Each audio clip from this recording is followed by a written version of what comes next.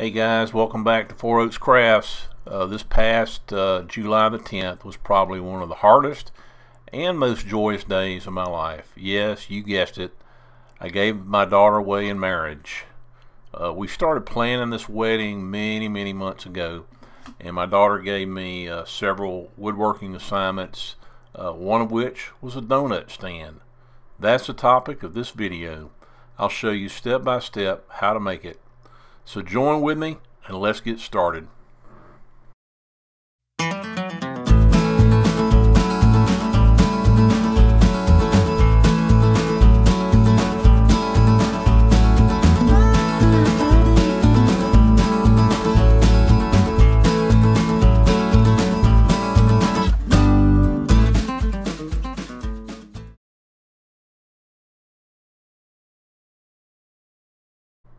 Alright, let's begin by talking about the where I got the wood. And the donut stand is made out of 4 different layers. The top board is going to hold the wedding cake, and the next bottom 3 boards are going to hold the donuts.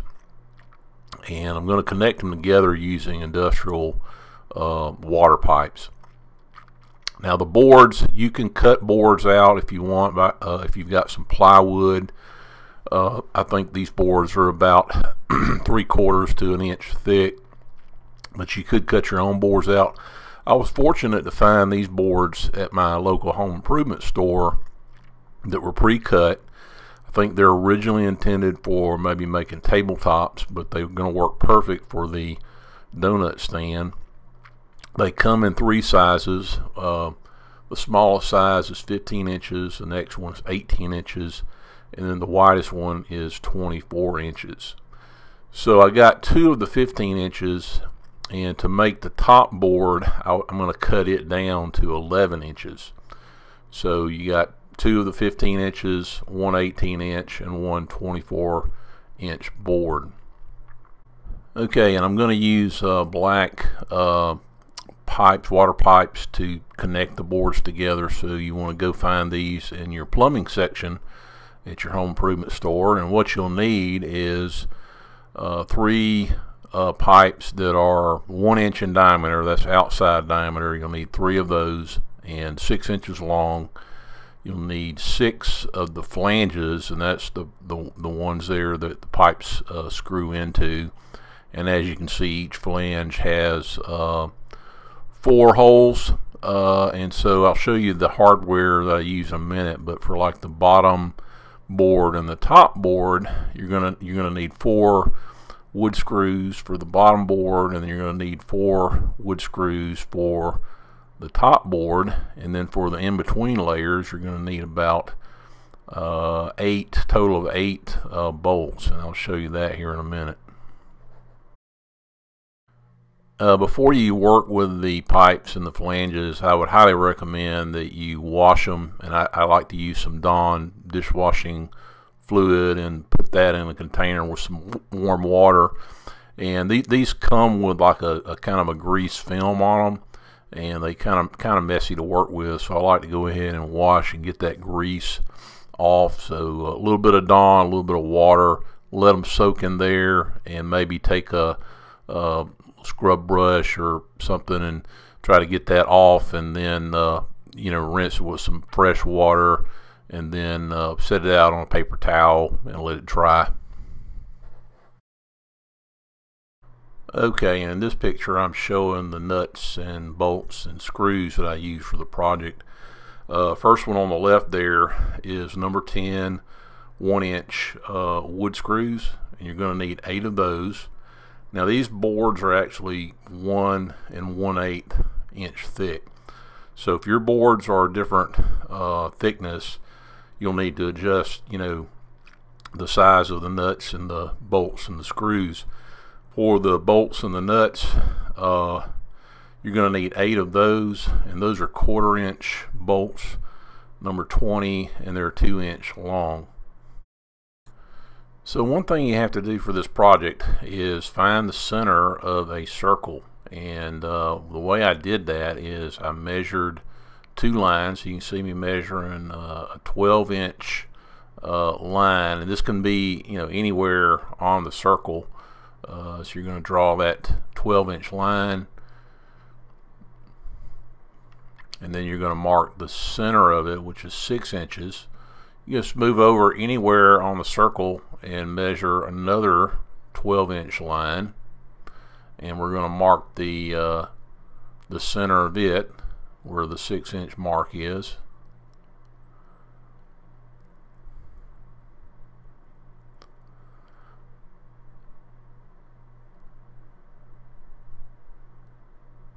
And next I'm going to take my my square and get it on that 6-inch mark, and I'm going to draw a line straight out along that square. Doesn't really matter as long as you kind of go past the center point of the board. Then I'm going to do the same thing on the other line, get to the 6-inch mark.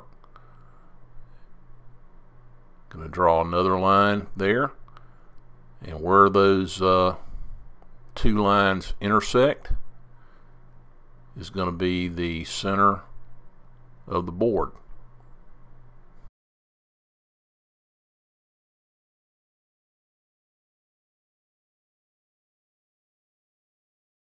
And now that I have the center of the board marked, what I'm going to do is take something called a compass, and I'm going to set it to, you know, half of the diameter of the flange, as you can see here. And then I'm just going to draw a circle, and this circle is just going to help me line up where the flange needs to be on the board. So what I'm going to do next is I'm going to take the flanges after I've got them lined up, and I'm going to go ahead, in this case this is the bottom one, and I'm marking where the wood screws need to go. I'll do that the same thing for the top board, and I'll also do the same thing for the two middle boards. What I'll do is I'll just sort of go ahead and drill the holes and get the flanges, you know, lined up correctly, and then here in a minute I'm going to come back and before I put everything together, I'm going to sand all my pencil marks off and you know, sand the boards down and getting them ready to finish.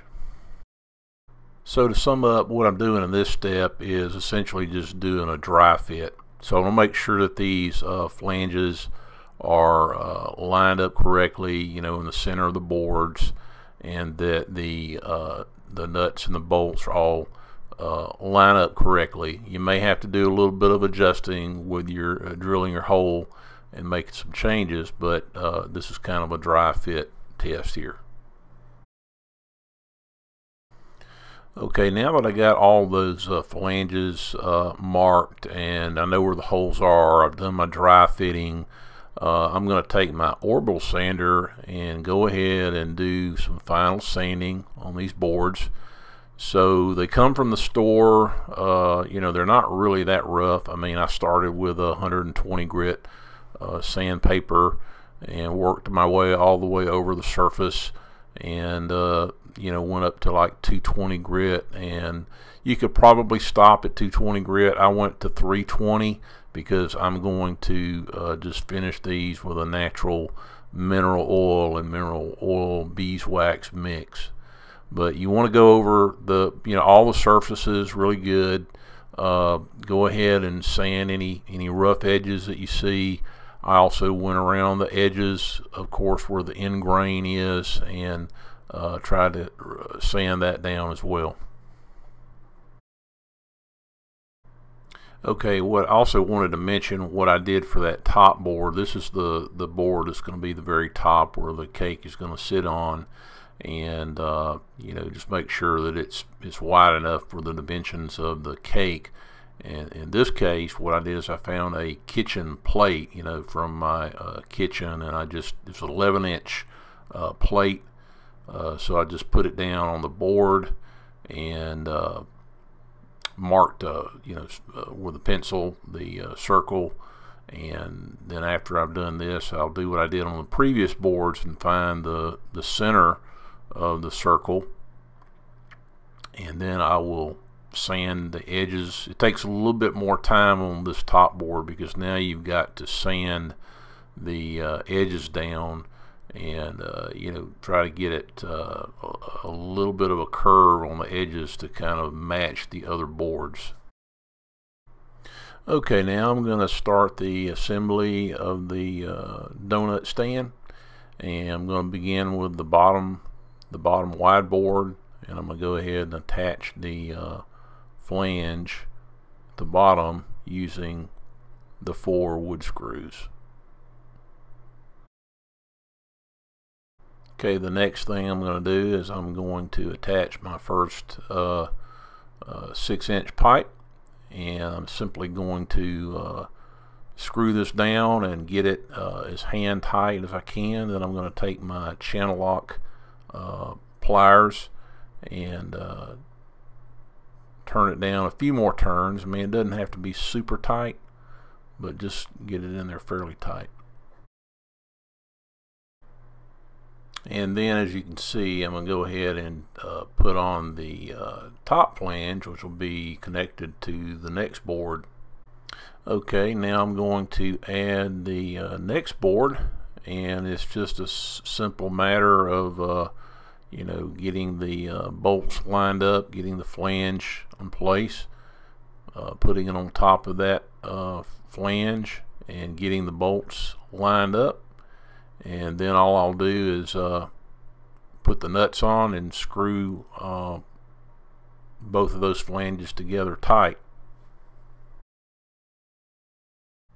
Okay, and I'm just going to continue follow the same process as I add the next board, and then we'll finally get to our top board where the cake is going to rest. And for that one, I'm going to go back to using the 4 wood screws, and I will get those in place and tighten down, and then it's just a simple matter of taking that top board and screwing it on top of the last pipe.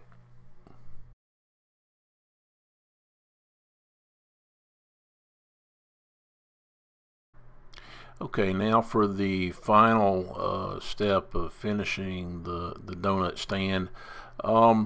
Before I do any kind of finish, I'm going to take my air compressor and blow off any remaining dust from the sanding, and then I like to also take a slightly damp cloth and go over everything just to get the dust off.